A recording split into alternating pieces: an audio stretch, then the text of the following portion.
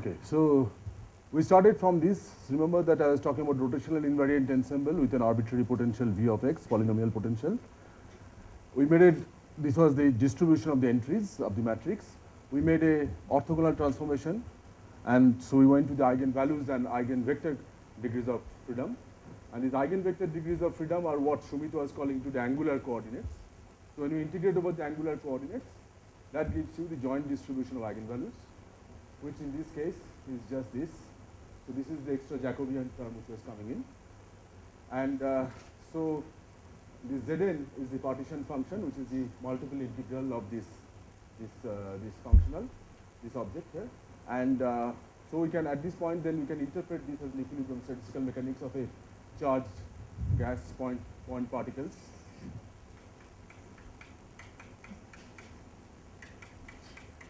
Which are sitting in an external potential.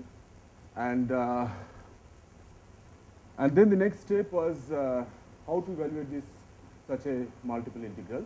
And I told you that in the case of Gaussian, that is when this is just a quadratic function, lambda is squared. So in that case, this integral can be evaluated explicitly, which is called the Selberg integral. But in general, it cannot be done. Okay. So what one can do instead is do a coarse graining and evaluate this integral in the large n limit. Okay. So the goal, everything about eigenvalue spectral statistics of random matrix theory is just to evaluate this multiple integral. One has to just remember that. That's nothing more than that. Okay. So the main technical challenge is to how to evaluate the large n integral. I shouldn't wear t-shirt. It's fine? Okay.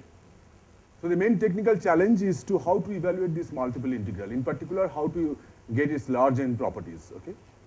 So for that, what we did in the last lecture was to somehow coarse grain this multiple integral and write it as a field theory, as a functional integral. And so in this functional integral, so there is this energy term which is written here in the continuum limit. I was defining this counting function rho n lambda, which is Sumit was also defining today. Remember, this just counts how many eigenvalues are there between lambda and lambda plus d lambda, normalized to unity. So fraction of eigenvalues between lambda and lambda plus d lambda, that's this object. So then, in terms of this object, I can write down this energy, and that is just this part here. There was a self-energy term which had gone of order n, and in doing that coarse graining, we saw that there is also an additional entropy term which is generated. So apart from this energy term which is of order n squared, there is an order n term which had entropy and self-energy.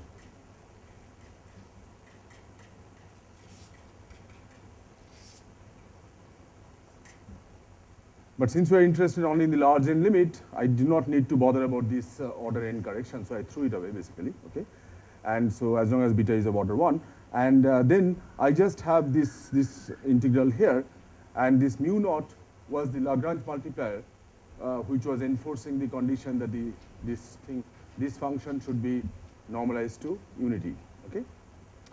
So then what we did is to just evaluate this integral by the saddle point method, because there is a large n sitting there, which means when n is large, it will pick up the minimum of this function. This is the standard saddle point thing. So you have to evaluate the minimum of this action.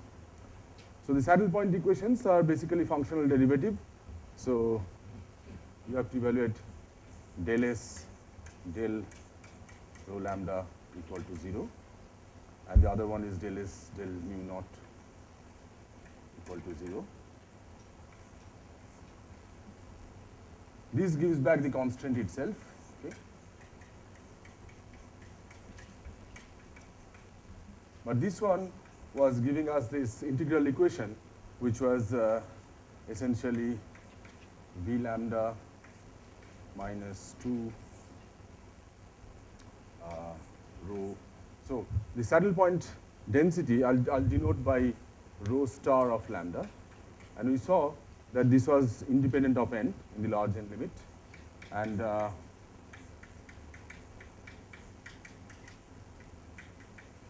basically this satisfies this equation here, which was the sort of interpretation was the energy conservation. And then we took one more derivative of that and derive this force balance condition.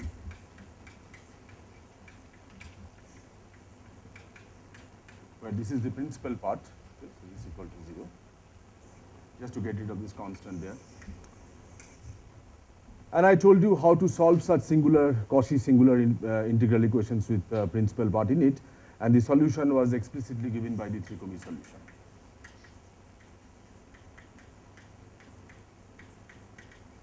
And we saw particularly that if I choose quadratic potential here, so for V lambda equal to lambda square, the solution, the saddle point solution, so I should write it rho star here. Saddle point solution of this equation that satisfies this constraint is just this famous Wigner's semicircular law.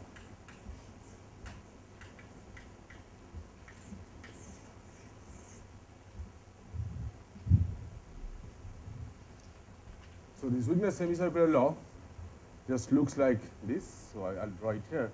So this is lambda equal to 0. So basically density looks like that. Going from minus root 2 to plus root 2. So this means there are a lot of particles near the origin. Okay, so this is called the bulk, and then it sort of goes to, this is strictly in the large n limit. So in the large n limit, rho n lambda becomes independent of n because I have done the rescaling and all these things, and we have an explicit solution of the saddle point equation. Okay, and so. Now this coarse graining procedure, as I told you, it's very general for any long range system. And okay, so before I do that, so now next thing is that, I mean, we found the solution of saddle point, but then you have to evaluate this multiple integral.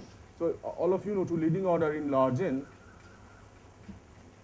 then this will be just e to the power minus beta n square over 2. So this is what I did not do yesterday.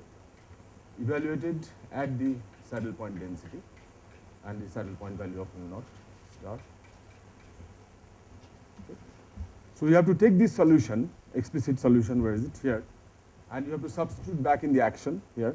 Evaluate this action at rho star and mu naught star. You see that mu naught star is such that it satisfies this equation, which means when I have evaluate this directly, by definition, rho star lambda d lambda equal to 1. So this guy does not contribute at all in the saddle point action. Okay? So all I have to do is to evaluate this guy here and substitute there. That gives me the large n properties of this integral. Okay. So now this general coarse grained procedure, I should say that this is actually originally due to Dyson. Starting from multiple integral with long range correlation, how do you actually write a field theory for it? So this was Dyson in the 60s basically. But Dyson's original paper was not so easy to understand. So the derivation that I gave you here was basically what we re-derived later for some other purpose. We needed for some other things. And this you can actually find it in this reference. So this is quite useful. You might be able to use it for many other systems. General procedure of coarse graining, how to do for long range systems.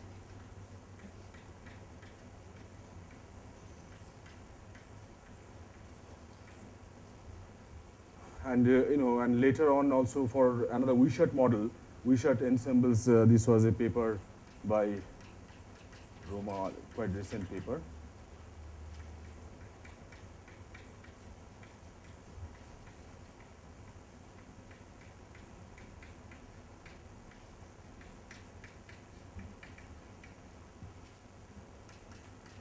These things you can find in the archive or my homepage or whatever. What is this?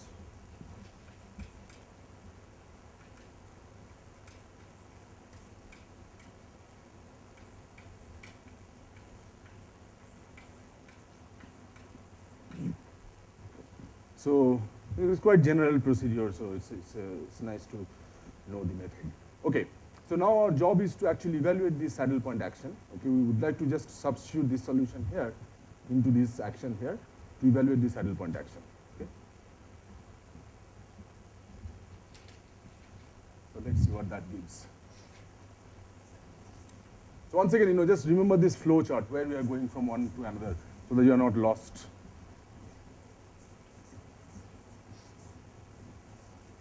I should not have, okay, I should just write down this again.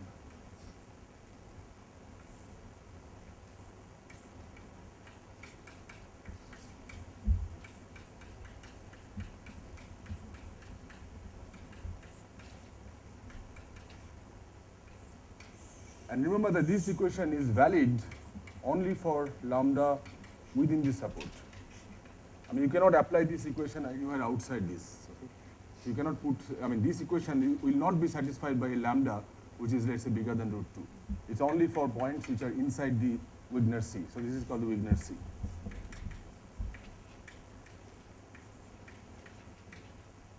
Okay? So how do you evaluate the saddle point action now? So let me just move this part. I want to put this part.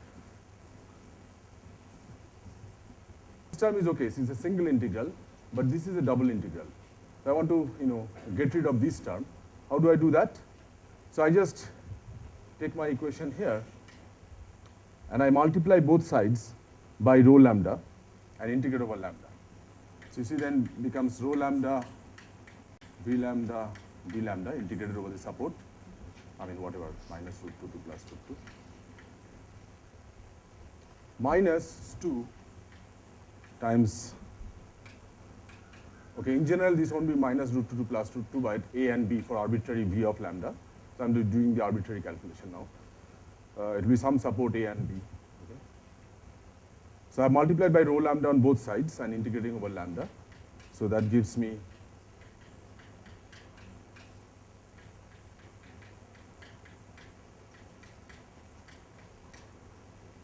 and when I integrate mu naught times rho lambda d lambda and integrate, this by definition is 1. So this is just 1. Okay. So then I can express this double integral in terms of the single integral and this constant. So that reduces my, that simplifies my life. So therefore this double integral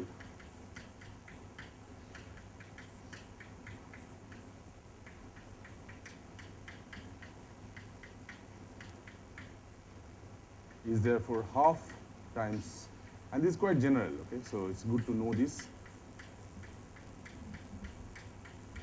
right? So half times this plus mu naught over 2. Okay. So now I can use this, so this is rho star. So I can now use this, also rho star. Use this result in evaluating this term here. So what does that give?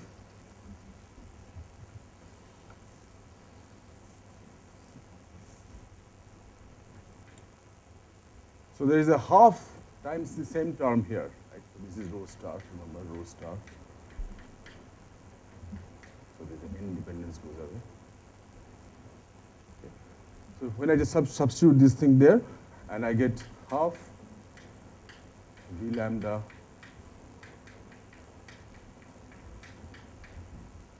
plus mu naught over 2. So I still have to evaluate this mu naught. How do I do that? As I told you that this equation is valid for any lambda belonging to the inside the support. So in particular I can put lambda equal to 0, for example. Okay. So for example, suppose I take the Gaussian case where this is lambda square. So if I put lambda equal to 0, so I take any point inside the support, okay, and you can evaluate. So putting lambda equal to 0, so you see that mu naught is independent of lambda. Therefore mu naught, this constant, you can write down as 2 times rho star lambda prime log lambda prime d lambda prime. Okay. So I just substitute it back there. So mu naught over 2 is therefore just this integral.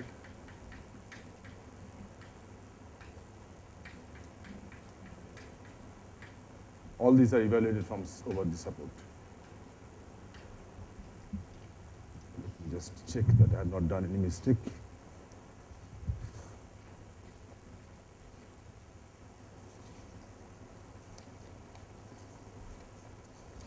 Okay, very good. So let's evaluate it for the case of Gaussian case, where we just evaluated the rho star lambda. So now I have a very simple case. So I just have to do one integral now.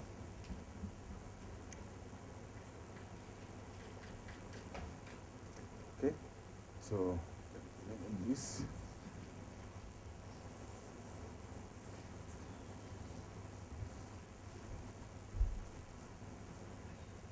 So Gaussian case. So one more important point, which I didn't mention, you notice that this density does not depend on beta explicitly. See, beta has disappeared, right? Beta is just overall factor which has gone out. Okay, I've scaled it that way, so that this is independent of beta. So no matter whether you are doing orthogonal or unitary or symplectic ensemble or arbitrary beta ensemble, this is always the semicircular law. Okay, so for Gaussian case, I know V lambda equal to lambda square, so I just have to do this integral here. So the action at the saddle point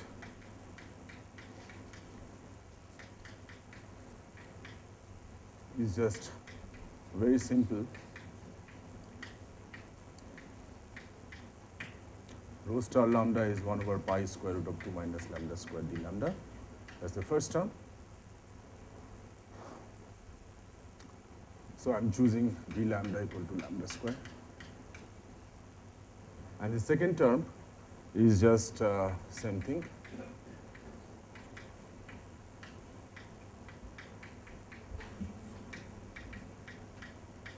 Times log of lambda d lambda.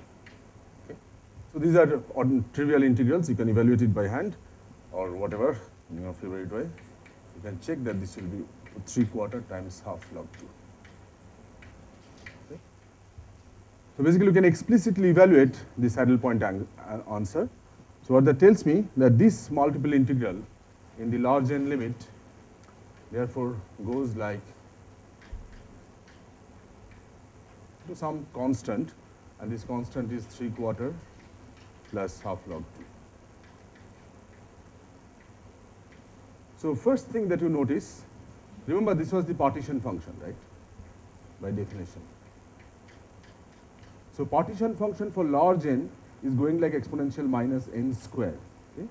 So this is different from usual statistical mechanical ensembles that you are familiar with, where it goes like exponential n and not log n. That means the free energy is extensive, is proportional to the volume or system's number of particles.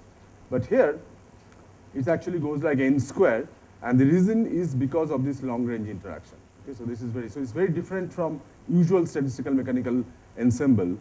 Ising model will always get e to the power minus beta L or n or whatever, but here you will get n square. Okay, that's the first thing. So let's just check. So we have done this, coarse screening and large n procedure. Now, how correct is this? At least to leading order in large n, is this the correct answer? I can check that, at least for the Gaussian case, because I told you that in the Gaussian case, you can actually evaluate the partition function exactly by this Selberg integral. Okay. Now, what was the Selberg integral I wrote down?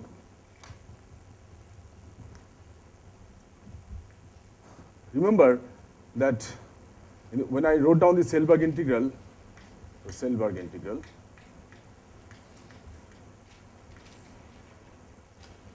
so there the notation was slightly different when I wrote down. So you have to do a little bit of rescaling to arrive at this result. So I was using without rescaling the lambda.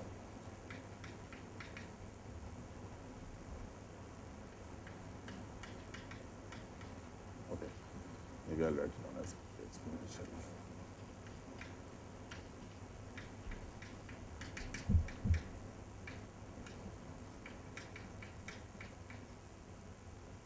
So I told you that this was exactly solvable, and it It was given by 2 pi to the power n over 2, beta to the power minus n over 2, minus beta by 4 n into n minus 1, then gamma function of 1 plus beta over 2 to the power minus n, and then you had this product. So it's a big complicated formula.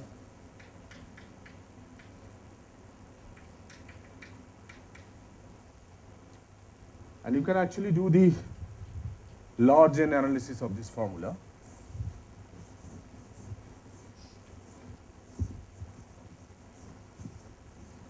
And I wrote that in the limit when n goes to infinity, the two leading terms are given by if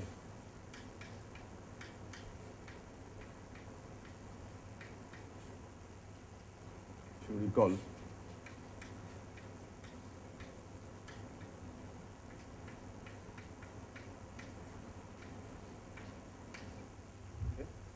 so there is this additional n square log n term, but that I can get rid of because notice here when I'm using this, I already rescaled my potential by square root of n, right? So what I should do, I take this integral here and I should really rescale in order to bring this in the standard form that I've been using to get a factor of n here. I should rescale, I should replace lambda I by square root of n lambda I twiddle, right? When I do that, this part becomes n times lambda I twiddle square. But you see that this part, look at just this part. So this part becomes beta by 2 summation j not equal to k log of square root of n times lambda I twiddle minus lambda j twiddle absolute value. Now once you have that, you see, so this one is just a constant term which comes out of this, right? So I get beta by 2 times half times log n, and then I have, whatever, n into n minus 1, j not equal to k, so there's n into n minus 1. So for large n, this term goes like beta over 4 n square log n. And then there's a correction of order 1 over n term, n log n term. Okay. So when I do this, so on the left hand side I get this extra factor after the rescaling, which cancels with this guy. So which tells me that my integral, if I do this, I just rewrite the Selberg integral after rescaling. So which means I just write down this.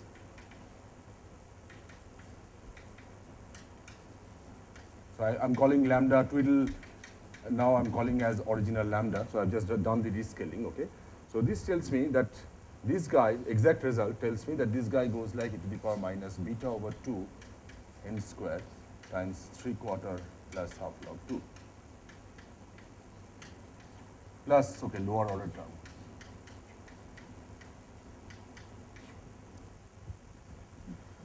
And here we did by a completely different procedure. We went to large n limit right away. We did a field theory and then calculated by saddle point action. To leading order in n, you see you get back exactly identical answer, okay, to order n square term. Okay. So that just shows the strength of this procedure, and I can do this for any arbitrary potential, whereas exact result I can do it only for Gaussian. I don't know the general result for other things. Okay. So this just gives you a cross check. Huh? Yes. What? These correction terms. Yes, I'll come to that in a minute. So, okay. So this is, okay, so that's one point I wanted to make. So just to show you that, this whole field theory method actually works in the continuum limit, and we'll see the effectiveness of that when I do other things, okay. Now, Kavita was asking me that, okay, you did the this density in the large n limit, but what happens for finite n, finite by large n, okay? So for that, there are two ways of doing it. So if I want large but finite n, I could actually do this same field theory, but keep order 1 over n corrections, but it turns out to be extremely difficult to do that, okay? You can do it, okay, but it's very hard. So what people have done, what people, by people, I mean it was first done by Mehta, again in the 60s. So now I want to calculate the following object. So I define now for finite n this density of states.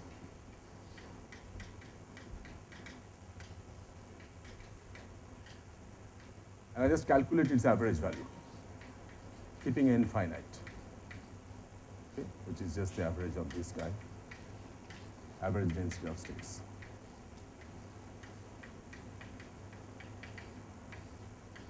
So this average, the angular bracket is average over this multiple integral, this measure here. Okay. So how do I calculate that? Is there any way to calculate this? It turns out it's extremely difficult, and it's known explicitly only for beta equal to 2.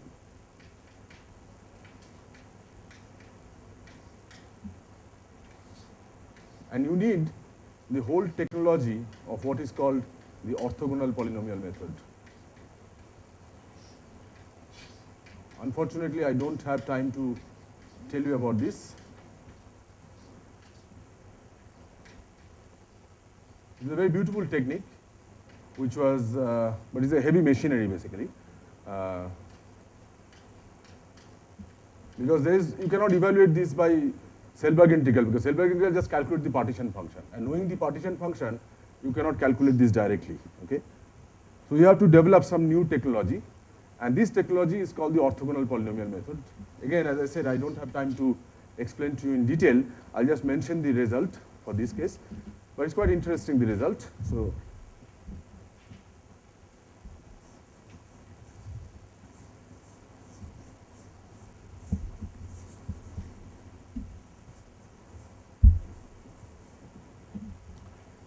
and okay, so only for beta equal to 2. So let me try to get.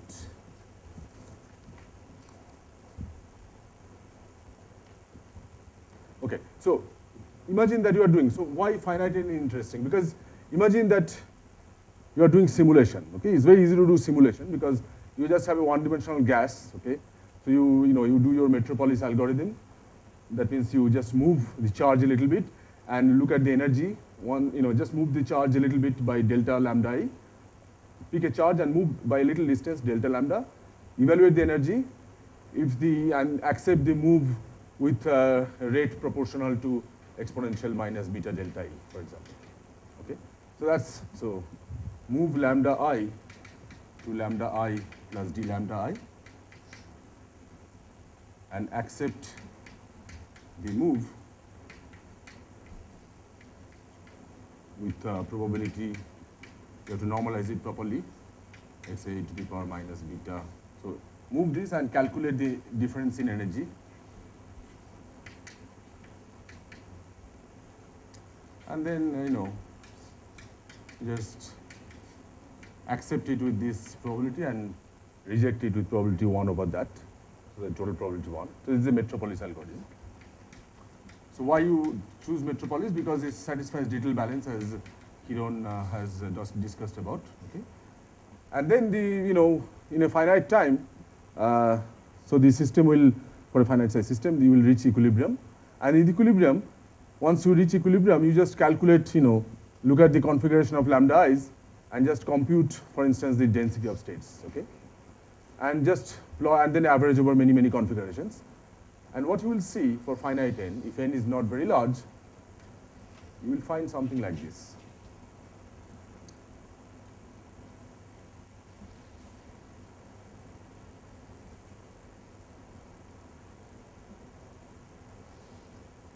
And symmetric, of course.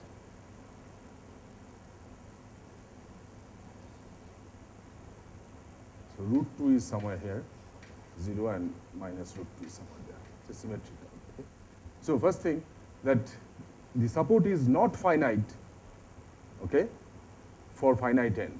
The support, this tends to Wigner's semicircular law only in the n going to infinity limit, where the charges are confined from minus root 2 to plus root 2. Okay? But for finite n, what you will see a curve something like that. And these oscillations are real. I mean, you will see the oscillations. Okay? And this goes all the way up to infinity, very thin tail here. Okay? It decays exponentially as you go far away. Okay? And then as you increase n, so let's say this is n equal to 10, and you go to n equal to 20, 30, 50, etc. Slowly you will see that it converges to the Wigner's semicircular form. So can you calculate this function for finite n? Okay? And as I said, for beta equal to 2, using this very heavy machinery, okay, which is due to Mehta, you can find it in his book. And then it was developed further by Goda and other people. But Mehta was the main force behind. He was the sort of discoverer of the orthogonal polynomial method. And I'll just mention the result without really giving you the details. But there are very interesting finite size behavior here, which are quite interesting. So let me just find it first.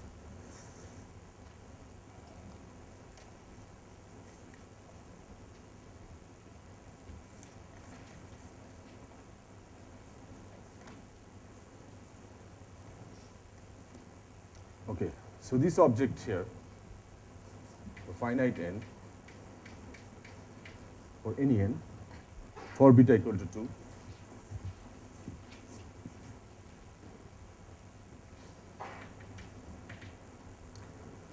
is given by 1 over n e to the power minus n lambda square,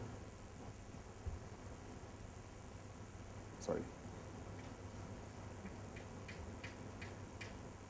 square root of pi n e to the power n lambda square. Then you have the sum k equal to 0 to n minus 1.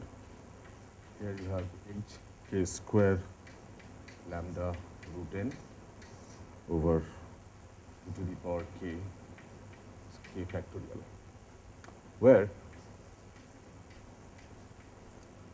HMX is Hermite polynomial.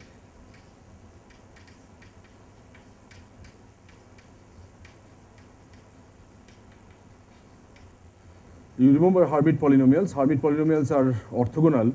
So orthogonal polynomials are basically, they are polynomials which are, so Hermite polynomial, for example, is a set of orthogonal polynomials which is indexed by m. All of you know this from your basic quantum mechanical course. When you solve harmonic oscillator in a quadratic potential, you always get this, a single particle in a quadratic potential, you get Hermite polynomials as wave functions. So Hermite polynomials, they are orthogonal with respect to a Gaussian weight function over the full interval minus infinity to plus infinity. So this is equal to root pi to the power n factorial delta n. Okay. So for instance, if you calculate, you remember this, h0 of x is 1, h1 of x is x, h2x is 4x squared minus 2. So these are polynomials. So HMX is a polynomial of degree m, h2x is 4x squared minus 2, h3x is 8x squared minus 12x, etc., etc. Okay. So you know the Hermite polynomials, all of you know very well. So here we have a sum over the index of Hermite polynomial going from 0 to n minus 1, hk squared lambda root n divided by that factor, 2 to the power kk factorial. So this is an exact formula for all n. But to derive the large n asymptotics from this formula is highly non-trivial.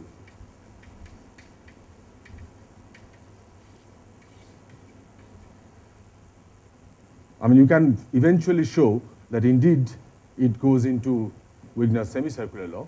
That means in the n going to infinity limit, it approaches to an n-independent functional form, which is this. But to arrive at this result starting from this is highly non-trivial. And these oscillations here come from the fact that this summation of indices, and so you have oscillations here. Okay? So I'm not proving this, but there's a lot of work, and in fact, so near the edge, square root of t, 2, you find very different behavior. So there are three regimes here. There's a regime here of order n to the power minus 2/3. And there are large deviation regimes, which is very far from the edge, and there is very far from this edge on this side. So these are called the edge scaling behavior. That means you have to analyze this sum here. You have to take the asymptotics by setting lambda very close to root 2, and you have to properly scale it as n to the power minus 2/3 to derive some asymptotic properties. That means if you zoom in this part, okay, and look at it very carefully, you will see some functional form there, universal functional form. These are called edge scaling. And the people who actually worked quite a lot on this behavior near this edge for finite n is Breza and Bawick.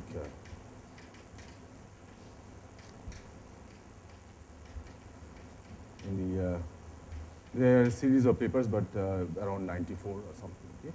So a lot is known about the density of states for finite n behavior, but maybe I'll come back to that when I talk about the largest eigenvalue distribution, because it turns out that this right tail here is very closely related to the right tail of tracing medium distribution, but that comes later.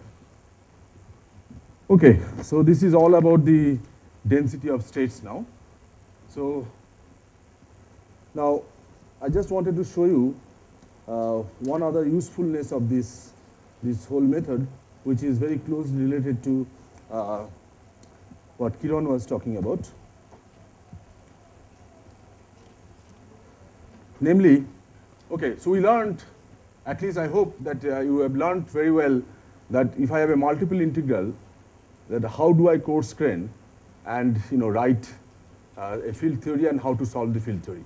The important point about the trichomy is that you can actually in principle solve it for arbitrary potential. Okay, so remember this fact. So we can actually get in principle the saddle point solution for arbitrary potential. Okay, and this fact will be very useful in a minute that I want to show you.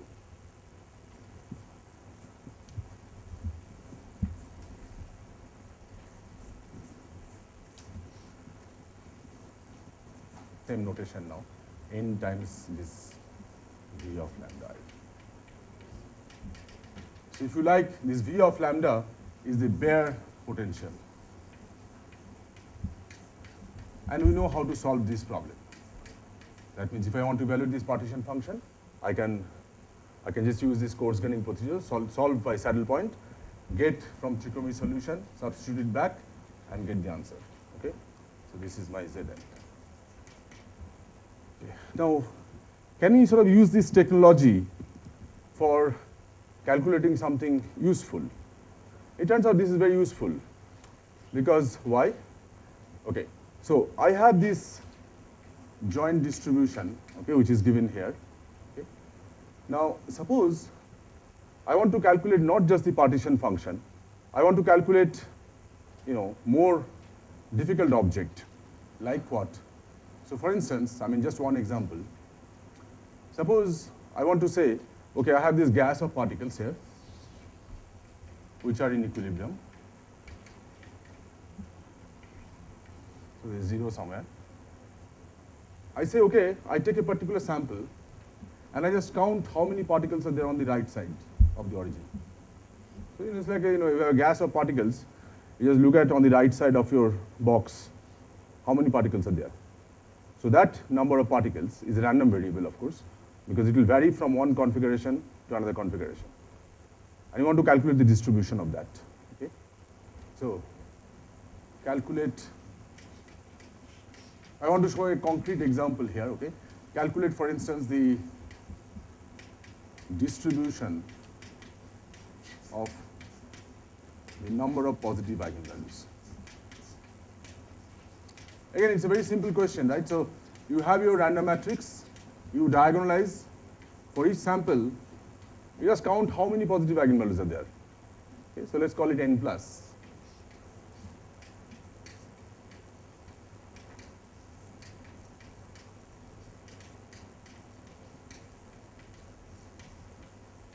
So there is a name for this, which is called the index.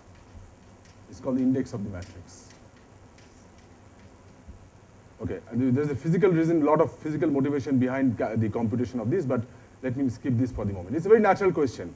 I just count how many positive eigenvalues are there in my sample, and I just vary one sample to another sample to another sample, and I check this guy out, calculate for each sample, and then I just want to calculate the histogram of this object. What's the probability density of n plus given n? Yes. So n plus clearly cannot be more than n and cannot be less than 0. So n plus has to lie between 0 and n. Okay.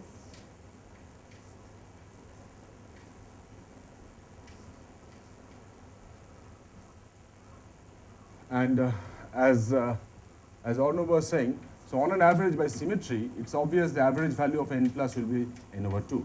Roughly, you would expect half the eigenvalues to be positive and half negative.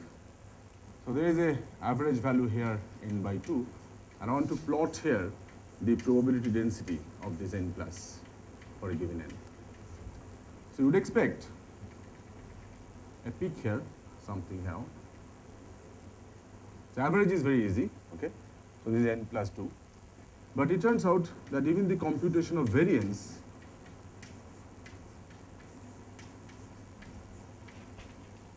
was highly non-trivial.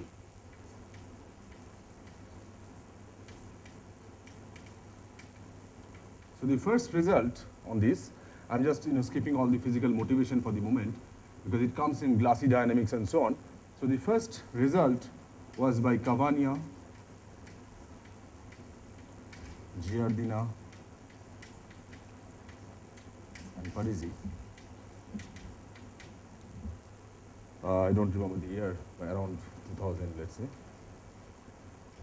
So they used what is called the supersymmetric replica method, very complicated method, I don't understand.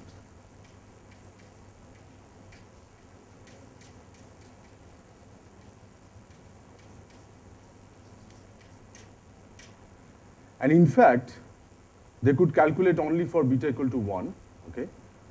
And their result was that this variance, V of n, let's call this V of n,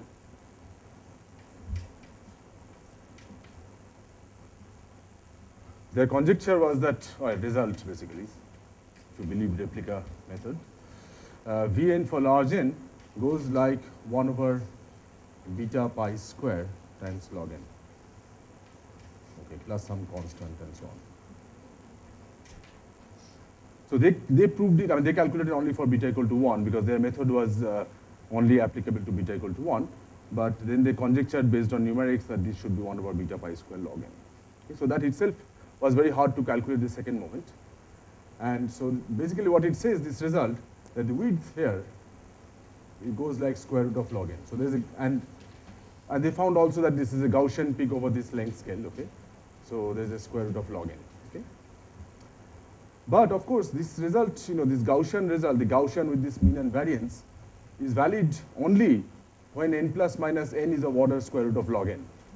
So if you want to go further and calculate the full distribution for other values of n plus, so these are the large deviation tails, going beyond the mean.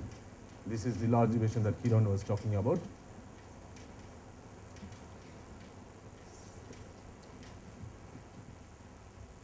So if you try to use their method, it just completely fails because it's designed only to be here, and that too only for beta equal to 1.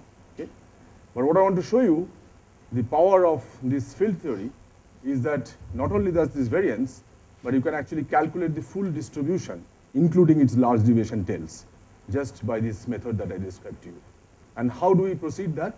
Now this is just a particular case, so notice that I can write down this observable. So this is an observable, right?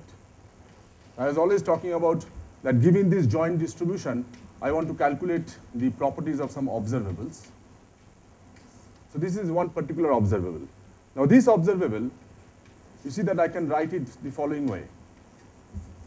For any configuration, I just write it as theta function of lambda I going from 1 to n. Okay? So this just counts. Whenever lambda is positive, it counts as 1. It's just a normal Heaviside theta function.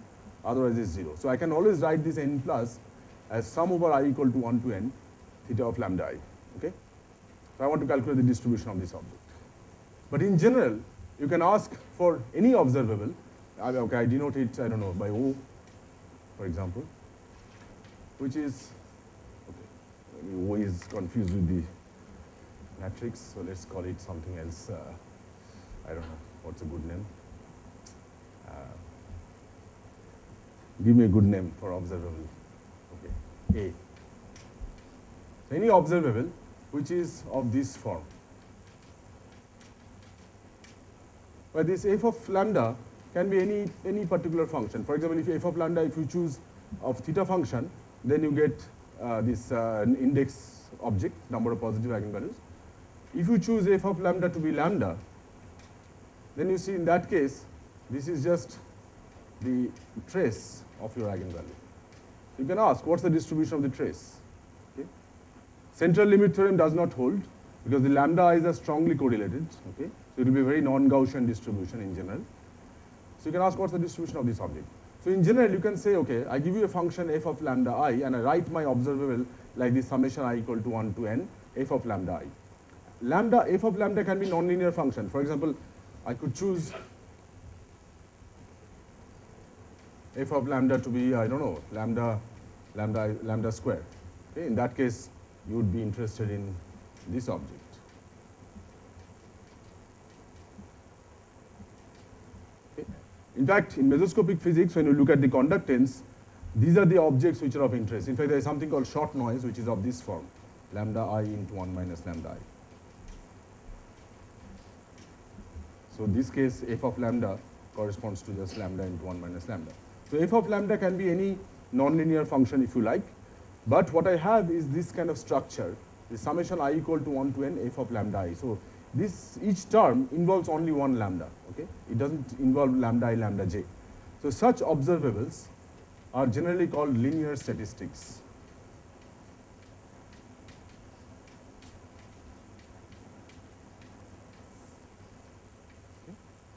So I give you this function f, and I ask you, okay, this is a random variable. What can you tell me about the probability distribution of this a hat for a given n? That's the question. In particular, for large n, I want to calculate large n properties of this object. So how do I proceed? I don't want to use all this sophisticated method.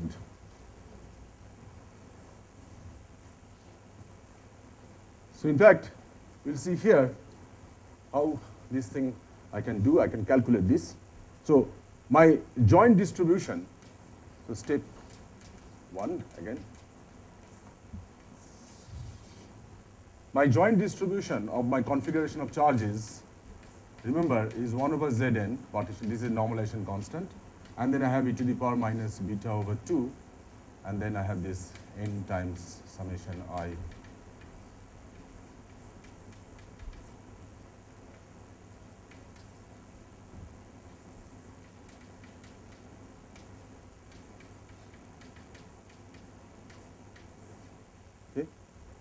So now I want to calculate this probability density of this A hat n.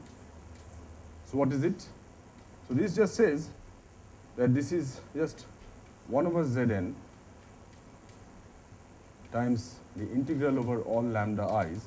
This is just any probability distribution that you calculate, e to the power minus beta by 2 into whatever this object is. Let's call it E of lambda I, shorthand notation. Okay, the energy. And then if I want to calculate, my definition is that A hat is summation f of lambda I. So then I just have to stick in a delta function, right?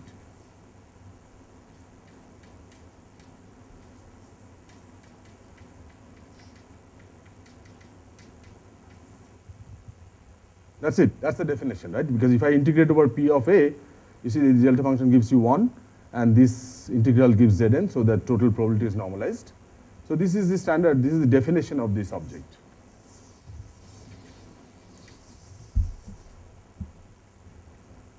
But I told you that whenever you see delta function, you can always use the integral representation to write it like, you know, some dk over 2 pi I to the power I k times this a hat minus summation f lambda.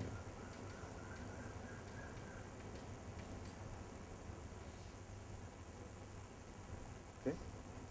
Yes. Of course, but sometimes these things can be negative also. So in that case, I prefer not to take the Laplace transform. It's identical. You just make a weak rotation in the complex plane. It's the same thing.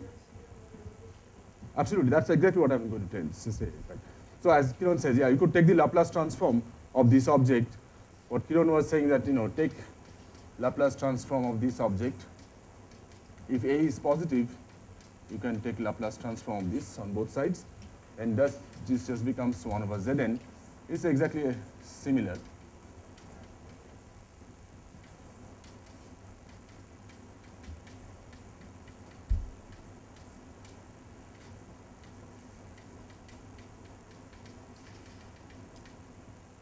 And then you see when you invert by the Laplace transform by Bromwich integral formula, this brings you back exactly to this actually. So it's the same thing. Absolutely. No, I'm going to do that. So anyway, let's do that. Okay. So you take the Laplace transform and you come back to this. Okay. But then you notice something interesting, which is that what you have.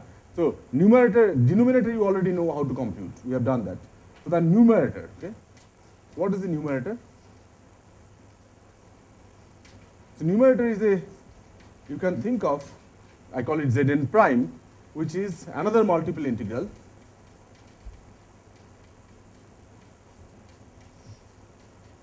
Which is whatever my old integral was,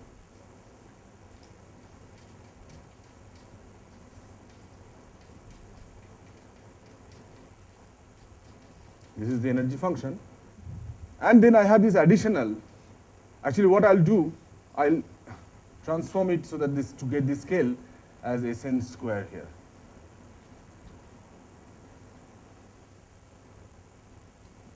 Sorry, n.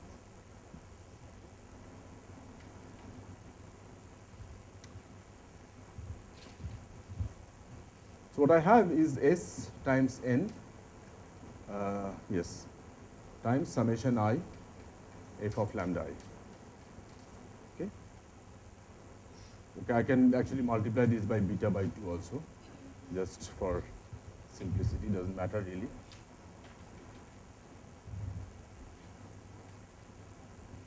But as a result, what has happened now, you see that this one you can rewrite as exponential minus beta by 2 times n times summation I v of lambda I plus f of lambda I minus logarithm of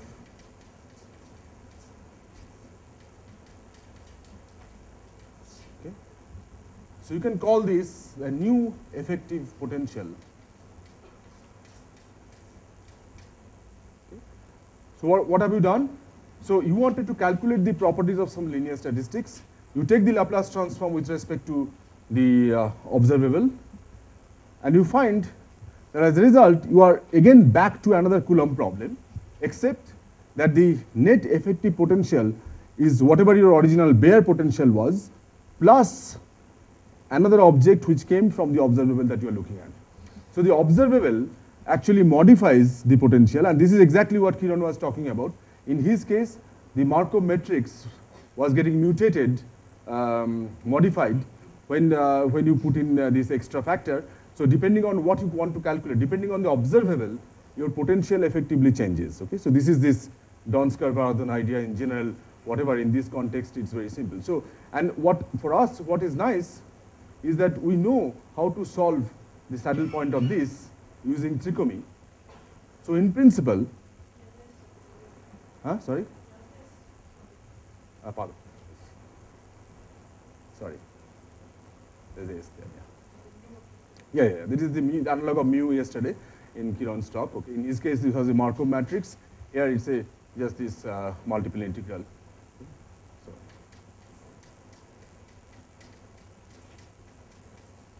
So all you have to do is to solve the saddle point of this equation. This again, do the usual code screening, and you arrive at this, this functional integral.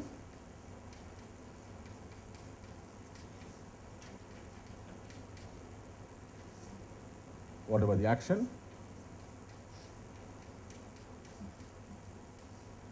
And this action now will be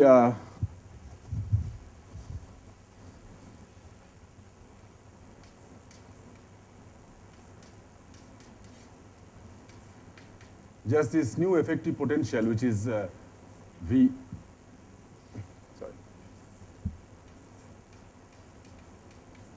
which depends on S, of course.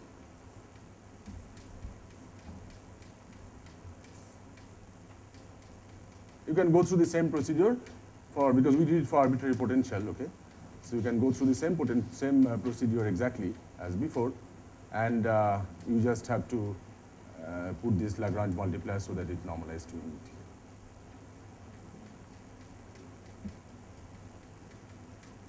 Okay? And then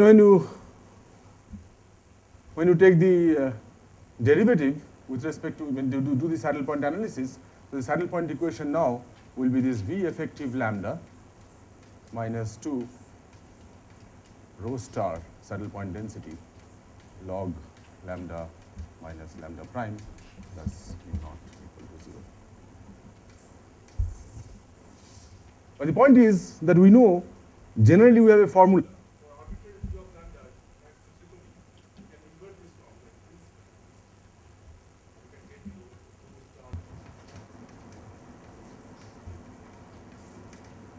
So I told you that n plus is summation theta lambda I. Okay?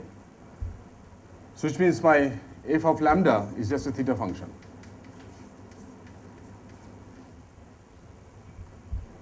So the effective potential, let's say originally you had a Gaussian, and now you have a theta function. Depending on the sign of mu, this effective potential looks like this. So originally you had a Gaussian potential, meaning that something like that, quadratic well. And now you have, let's say for lambda positive, you have lambda square plus mu 1, and for lambda negative, you have just lambda square. And suppose mu 1 is positive, then you have something like this.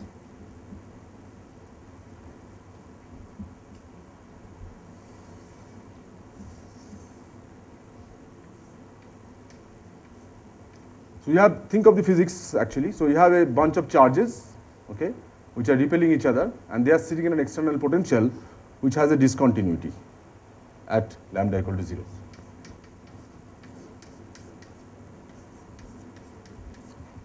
So when there was no discontinuity, original bare case, then they were sitting down in a semicircular fashion, the equilibrium distribution. The minimum energy configuration was a semicircle. So now you have deformed your potential. So now you would expect that the saddle point density or the equilibrium solution of the charge density should be different. How would it look like? Just a guess, anybody? Huh?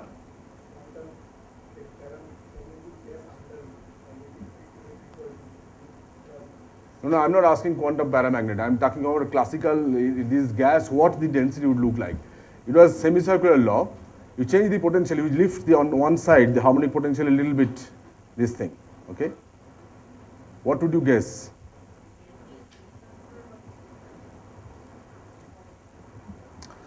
Yeah, I mean, we were surprised, how to, okay, so first thing, we did a simulation, of course, because in the beginning, before solving this problem, so what happens, the solution looks like this.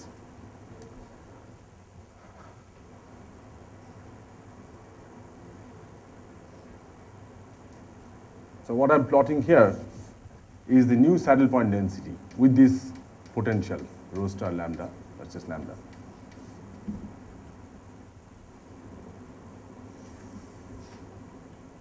So it has two blobs.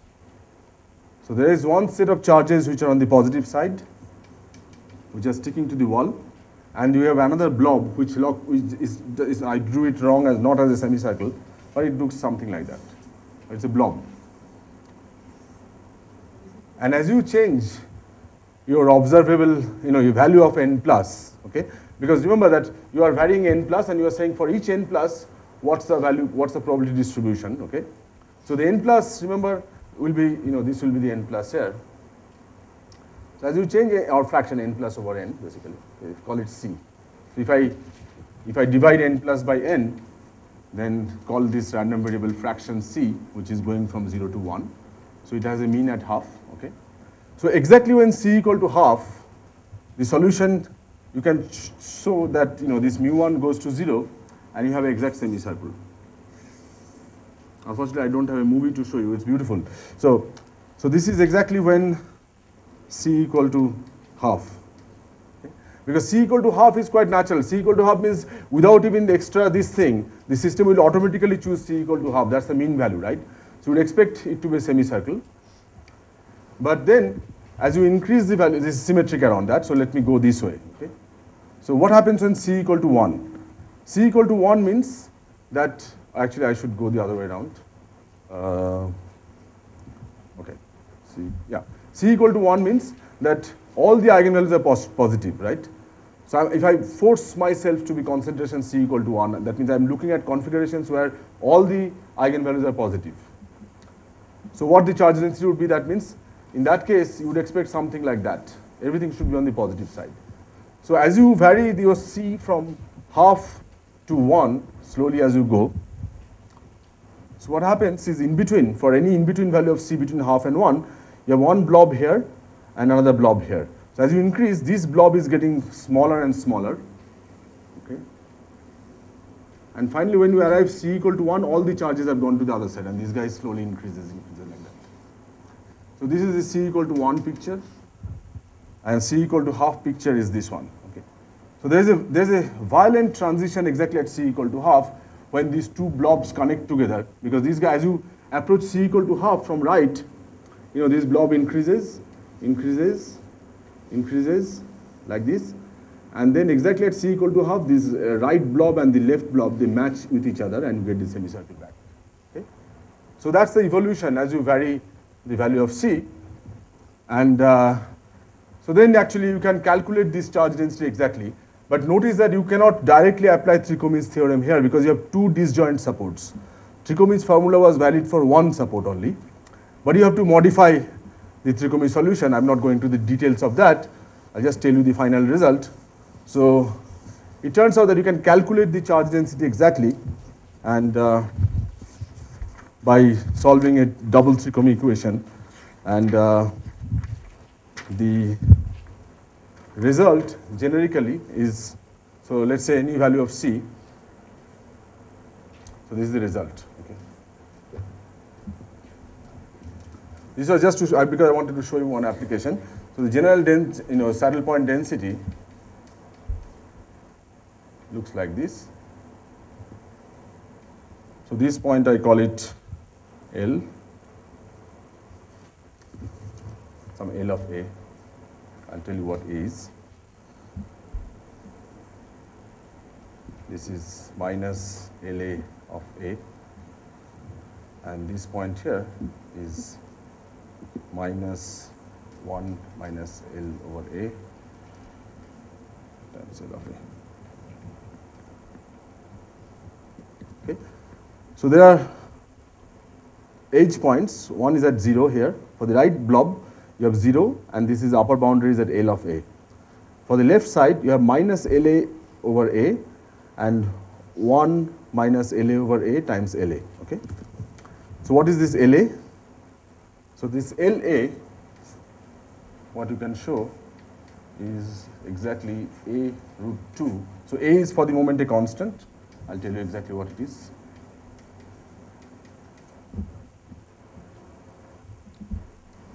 And the density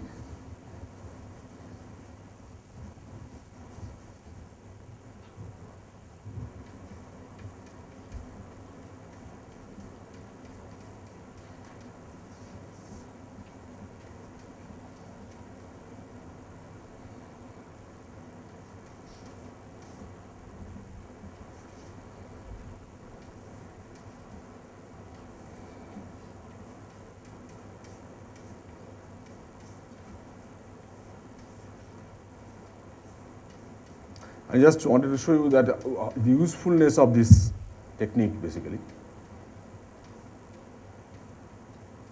Sorry, here it's just 1 over A.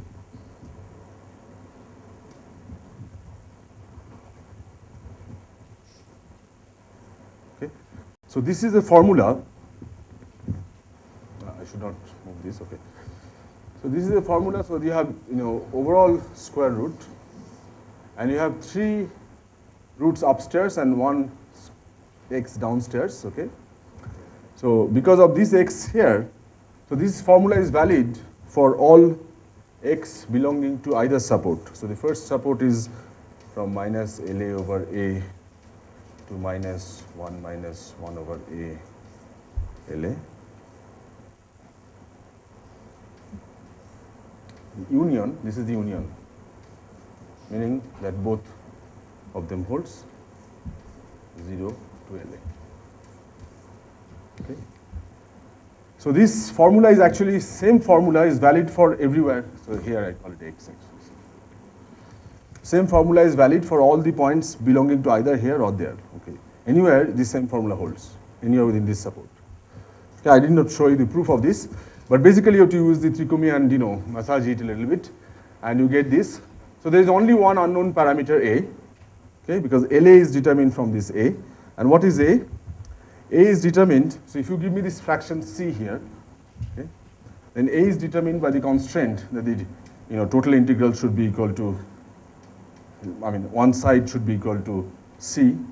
So that gives me, it's quite complicated actually, but actually it's quite explicit, that's nice.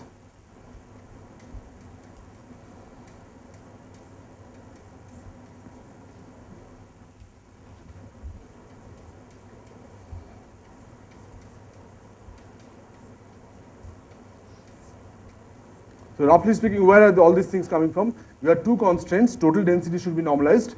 So if I give you this density, there are 2 unknown parameters, A and LA, and they are determined by these two relation. And these 2 relation are these 2 constraints. One is that the total density should be normalized, and the other is the total density should be rho lambda. So this guy says that rho lambda, theta of lambda, d lambda. Okay, which means just the positive part basically, 0 to infinity, rho lambda d lambda should be equal to C. Okay.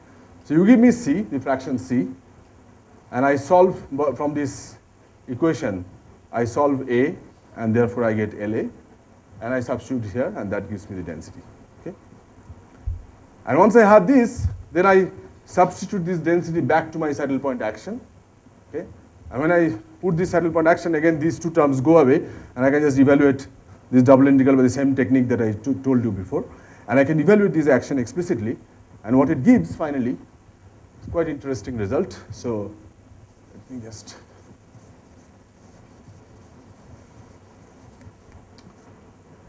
So what it gives is that probability that n plus equal to Cn.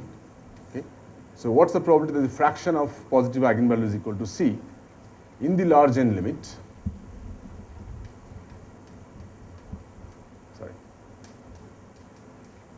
Exponential minus beta n square times some large deviation function that depends only on C. Now this is different from what Kiran was talking about, because in his systems, again, this was a standard, equilibrium, statistical mechanical system, short-range system. So there it was always of order n. Okay. Here again, this n square comes again because of this long-range interaction. Okay. So this large deviation, the speed, which is decided by this exponent, here it's different. So you have to take the log and divide by n square and not by n to arrive at something which is n independent. Okay. So this function phi of C is n independent. So I'm not going to calculate, this you can calculate explicitly this function, but I'm not going to write down, it's quite a complicated function. But you can then derive, so basically what we have is the full function here, okay, for all n. So the phi C looks like something like that, C between 0 and 1. It's symmetric around C equal to half, of course. and it looks something like that, as it should, convex function. But the funny thing is, you are in a trouble, because you say, okay, typically we know that phi c has a quadratic behavior around its mean value. That means I would expect that normally in most of the equilibrium stat mix system, I would expect something like this, 1 over sigma square, so that mean will be half and the variance will be whatever, this sigma square, these things. Okay, that's a Gaussian, local Gaussian behavior. If I substitute this here, it tells me it's a locally Gaussian behavior around the peak. Okay, so this is the P of C, P of n plus. Okay. But then, see, if this is so, I do not see how I can get the square root of log n, okay? Because I told you that the variance, I wrote it somewhere, variance was, the conjecture was 1 over beta pi squared log n by the supersymmetric replica method. So in the beginning we were puzzled, okay? But then when you actually carefully analyze this function, phi of c, what you find is it does not have the quadratic minimum. Okay? What it has when c close to half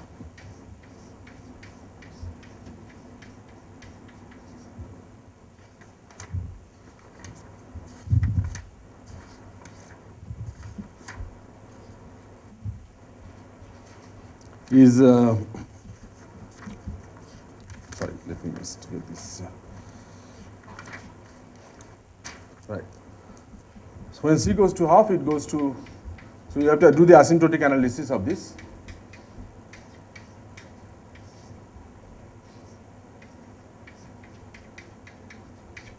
So the large deviation function itself has a logarithmic singularity around c equal to half.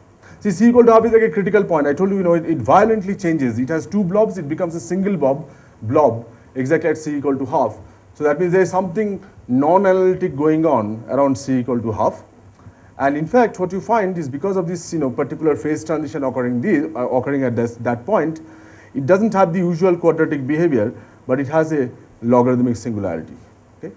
And then when you substitute this back here and analyze near c equal to half, the scaling analysis, you find that the log n term in the variance comes from just this denominator here.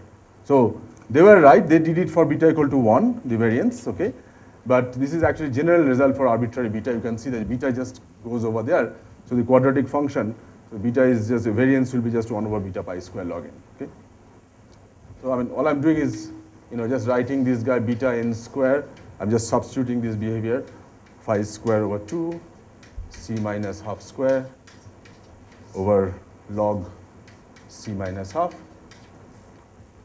So this is the behavior very close to c equal to half over this scale. So now c is n plus over n. Okay. So if I just put it back there, so you see this is beta n square over pi square over 2. C is n plus over n minus half square divided by log of n plus over n minus half. Okay. So this gives you exponential, this n square will cancel with this guy, and there is a log n which will come here. So you get beta pi square over 2 log n times n plus minus n over 2 square to leading order, and then there will be correction terms and all this. Actually, this term is always there, but it doesn't contribute later on. So that's it. So this tells you that the variance, you can read off the variance. Variance is therefore 2 sigma square, so that means log n over beta pi square. So the nice thing about this large deviation calculation of these things, that you get the full function, so from which you can actually you can find the typical behavior by just reading off the mean and the variance. And typically it's always Gaussian, but this here, this log n thing comes because the large deviation function itself has a non-analytic behavior, singularity, at its minimum, okay, here. So here, it's not just a quadratic, it's a quadratic but modulated by this logarithmic singularity, okay. So this was the sort of very nice behavior, and it matches both results. And tomorrow I'll show you that actually the other side, when c goes to 1, this actually goes to a non-trivial number, which is 1 over pi log 3. So what does it mean, phi c equal to 1? C equal to 1 means you're asking what is the probability that all the eigenvalues are to the right of the origin, right? So probability that n plus equal to n is the same as the probability that all eigenvalues are positive.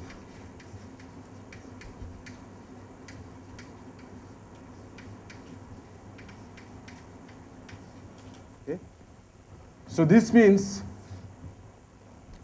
the same as the probability that all the eigenvalues are positive.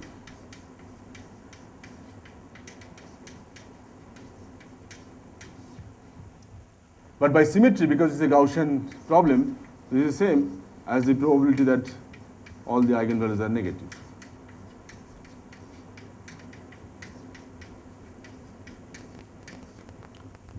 But probability that all the eigenvalues are negative is the same as the probability that the largest eigenvalue is negative. Okay. So what this result tells us, that the probability that the largest eigenvalue is less than or equal to 0 for large n, this goes like exponential minus this number, okay, sorry, beta n square times phi of 1, and phi of 1 is just this number, 1/4 log 3. Okay. I'll call this number as theta. It goes like exponential minus beta theta n square, where this theta is just 1/4 log 3. We'll see tomorrow, because tomorrow I'm going to discuss the whole probability distribution of lambda max, not just its probability that it's negative, okay? But this is just the large deviation behavior of the largest eigenvalue, okay? And you can actually compute. So string theorists, okay, they tried to calculate this number, and they could not, and they're using mostly numerical methods, because this problem actually appears, tomorrow we'll see that this problem appears is what is called the anthropic string theory and so on. Basically, it has to do with that how many local minimum you have in a random energy landscape, okay? And so just to show you that this method is actually very useful, and you can calculate many numbers. So this number in this context, lambda max less than or equal to 0. So there, this was computed by, again, David Dean and myself.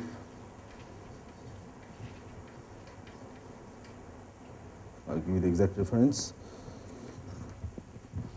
So this is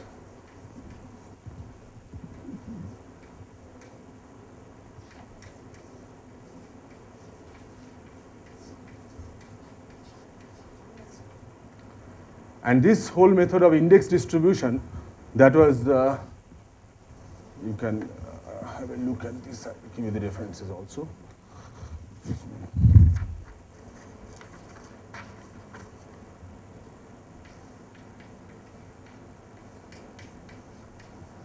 Celine Nadal was my graduate student.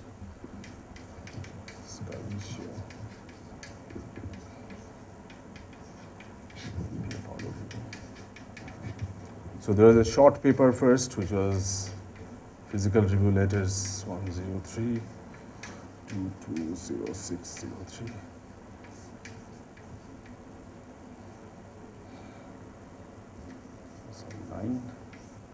And then there was a longer paper with all the details that was in Physical Review.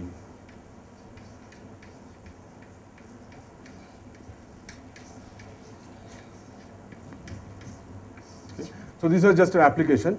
But we have used this, basic. I mean, I hope I could convey you the main method, that is, which is that for any linear statistics, effectively, it just deforms the effective potential as just like the way it was doing it in Kiron's case. In his case, the Markov matrix was getting deformed in the master equation, and here the effective potential in this long-range system gets deformed. But the main point is that, I mean, thanks to trichomy, we can actually calculate for any arbitrary, in principle at least, but you see, depending on the potential, the actual blob charge density can have quite different behavior. So it does not say that you have already solved this problem just by writing effective potential. Because after that, for a given potential to solve the integral equation is not always trivial, as we saw in this case. Okay, so but at least you have a way to do it. You have a way to proceed, and you can then calculate, and you can calculate the large deviation function exactly in many cases, like in this particular case that I exhibited. So what I'll do tomorrow is so this was just one example. I told you that our first step was to starting from the distribution of entries to derive the joint distribution of eigenvalues. And once we know the joint distribution of eigenvalues, then calculate some properties of observables. And here is one example which I tried to do today. Calculate the observable, for example, this index. And you can actually do many other observables. I won't bore you with all the details, but basic method is more or less similar. Okay, so I hope that's the main point I want to try to get across. But tomorrow, I'll try to calculate another type of observable, which is not a linear statistics, okay, which is, in fact, I give you the joint distribution. Okay, I don't have it here somewhere. So you have this joint distribution, and you want to calculate what's the distribution of the largest eigenvalue, okay, and which appears here briefly. But remember that our joint distribution was something like this. Think of just the Gaussian case.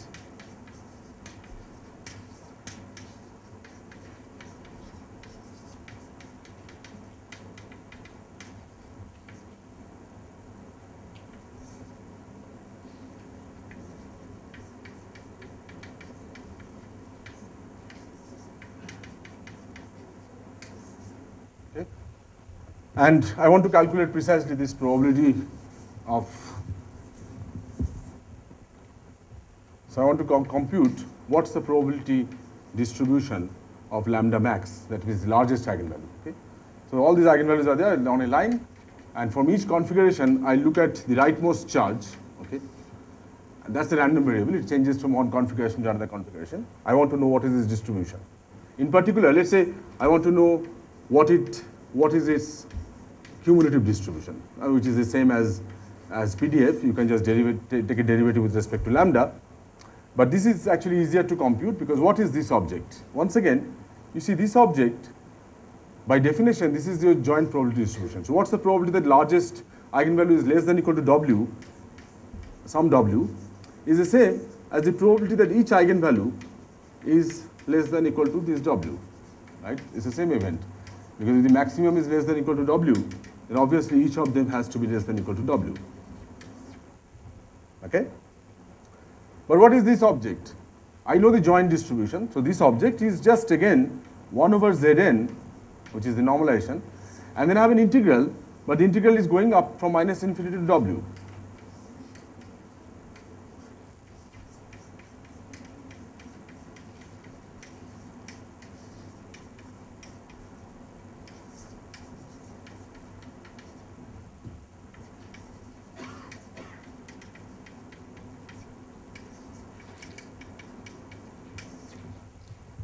So once again, you see that I can write down this as ratio of two partition function, like I was doing for the linear statistics case.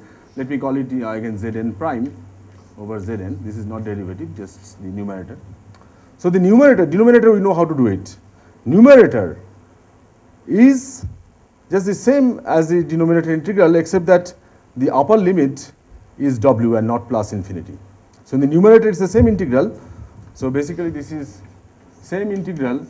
In the numerator, it's going from minus infinity to W, and the denominator is going from minus infinity to plus infinity. Okay. So all you have to do in order to calculate the largest eigenvalue distribution is to analyze this multiple integral, but with a wall. So you see this physically, this means, again, you have your charges, but you are saying that I'm looking at configurations where all the charges are to the left of W in one-dimensional space. So this is like as if I'm putting a hard wall at W, and I'm asking that in presence of the hard wall, the charges cannot go to the right of the hard wall. So when I have this hard wall, how does the partition function of free energy of the gas changes basically? Okay. So this is the Zn is the e to the power free energy. So therefore the difference is just the free energy difference for having a wall at position W. And we'll see how to calculate again so all you have to do is to carry out the same procedure as before, except that all the integrals now should be to the left of W, and we'll see how to do that. And that should give us the large deviation function associated with lambda max. But we'll see that when you are close to this edge of the semicircle, okay, we'll discuss this tomorrow in more detail, the large deviation function associated with lambda max. And we'll see there is something called Tracy-Widom distribution that comes in, and that would be sort of my last lecture. Okay, I think I'll stop here today.